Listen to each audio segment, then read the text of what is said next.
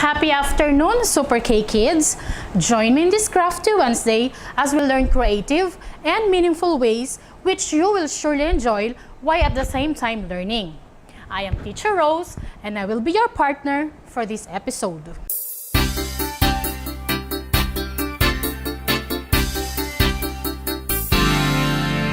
Super K, Super K, Teleskwela para sa kinabukasan. Super K, Super K, karunungan at kabutihang asal, kagalingan, karangalan, kausayan, batang kapampangan. Super K, bagong kaalaman, bagong paraan, eskwela sa tahanan, bagong kabihasnan. Super K, Super K, Teleskwela para sa kinabukasan. Super K, Super K, karunungan at kabutihang asal, kagalingan, karangalan, kausayan, batang kapampangan. Super K. Marketing is defined as a set of strategies to influence the perception and purchase behavior of targeted individuals or groups. A specific tool or strategy used to reach your target consumer or market is called marketing method. Keeping records of sales and net profits will enable you to keep track of the desired marketing results. Before we proceed to our new lesson, let us have an activity to test if you have an idea about marketing. Identify the pictures as to which is packaging, labeling, pricing, and advertising. Write your answer on your notebook. Number 1.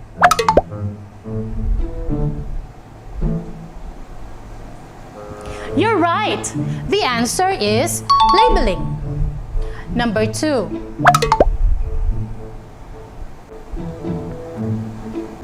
Correct! The answer is advertising. Number 3, picture. Bravo! The answer is pricing. Number 4. You're doing great! The answer is packaging. And number 5. Very good! It is advertising. Congratulations, Super K Kids! We have learned in our previous lesson how to sew different linens, how to come up with the costing of the product, how to make record keeping, how to do the packaging, and how to sell these products in different ways. Today, we're going to learn the marketing finished household linens in varied and creative ways. Marketing is the process or technique of promoting, selling, and distributing a product or service. There are 3 market methods for finished products. We have packaging and labeling, costing and pricing, and advertising. For packaging and labeling, packaging is to protect the product from physical damage, dirt, and moisture during handling. Packaging materials are made of plastic, paper, cardboard, or local fibers like sinamay. For labeling, it is very important to inform buyers of the product features, the measurements, materials used, the cost or price, and the manufacturers. Packaging suggestions for the pillowcase. Transparent packaging such as cellophane, box set, and native bags. Next is costing and pricing. The basic rules for costing and pricing are the following. Number 1, the total cost of materials used or everything used to make a product.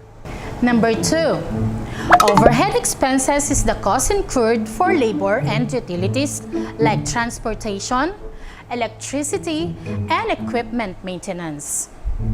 Number 3, markup is the amount added to the cost of product to determine the profit. There are steps in costing and pricing. First is make a list of the total cost of materials to complete the product. Here is an example for making a pillowcase. Fabric, 1 yard is 40 pesos. Thread is 10 pesos. Total cost of material is 50 pesos. Second, add overhead expenses to get the total cost.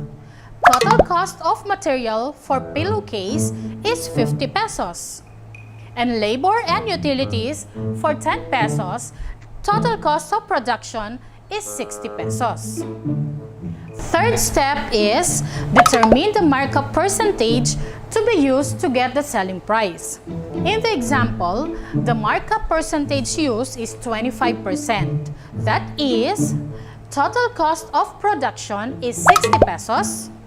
Multiply it to 0.25, the answer is 15 pesos. So the markup price is 15 pesos. Now, to get the sum of the total cost of production and markup percentage, 60 pesos plus 15 pesos is 75 pesos. So the selling price is 75 pesos. For our fourth step, to get the net profit, deduct total cost from selling price. The selling price is 75 pesos minus total cost of 60 pesos. The answer is 15 pesos.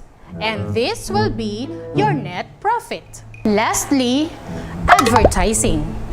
Aside from offering your product to your relatives, neighbors, friends, schoolmates, joining school fairs and bazaars, you can also offer your product to a wider public through the use of technology.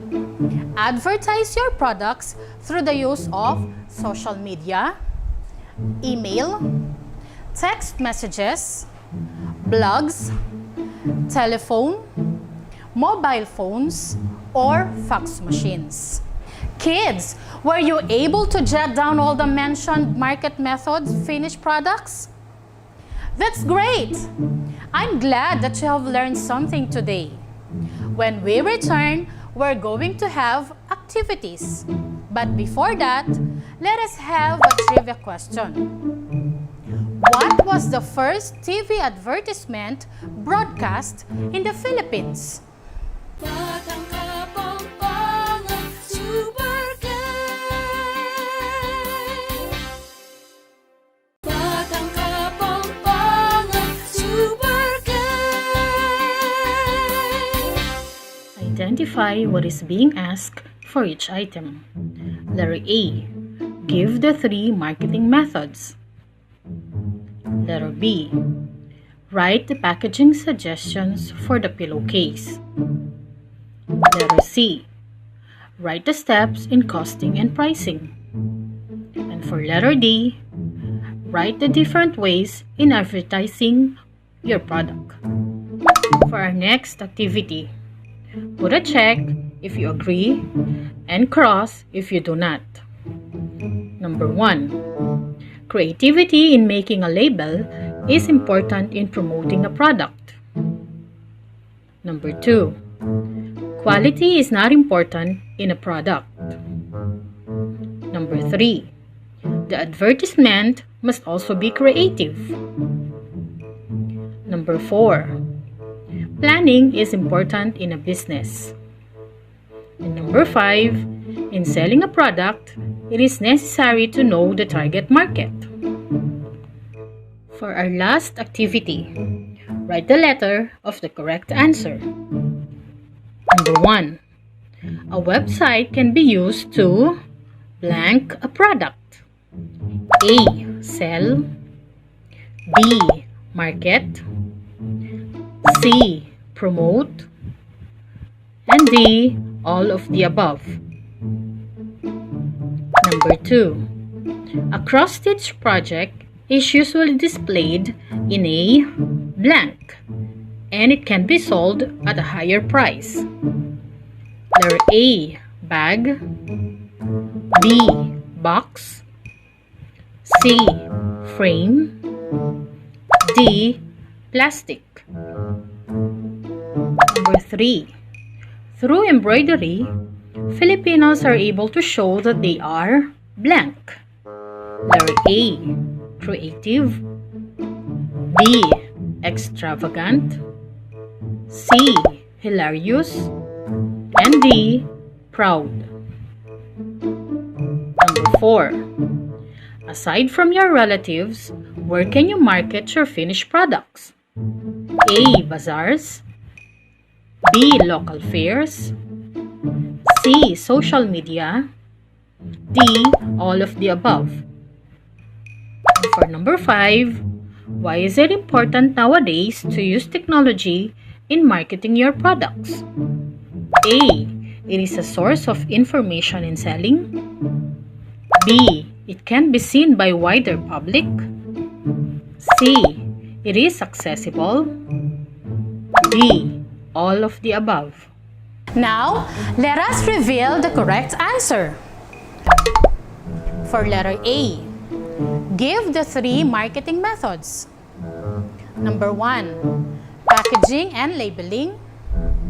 2, costing and pricing. 3, advertising. For letter B, write the packaging suggestions for the pillowcase. Number 1, transparent packaging or cellophane. 2, boxed set. 3, native bags. Letter C, write the steps in costing and pricing. Number 1, make a list of the total cost. 2, add overhead expenses. Number 3, determine the markup percentage. And letter D, write the different ways in advertising your product. 1, email. 2, text messages. 3, blogs or through telephone, mobile phones, or fax machines. For activity number 2, put a check if you agree and cross if you do not. Number 1, checked. 2, cross. 3, check. 4, check. And number 5, check. For our last activity, write the letter of the correct answer. Number 1, letter D. 2, letter C. 3, letter A. 4, letter D. And number 5, letter D. Congratulations, Super K kids! Looks like you're enjoying learning while watching. That was job well done. Before we end our Teleskwela, let's go back to the trivia question raised before the end of the first segment. What was the first TV advertisement broadcast in the Philippines? Bravo! The first TV advertisement was Tide detergent powder, aired on ABS-CBN in 1960. Good job! Another trivia was unlocked. Congratulations, Super K kids! You did a great job today. Once again, this is Teacher Rose saying goodbye and God bless everyone. See you on the next episode of Teleskwela!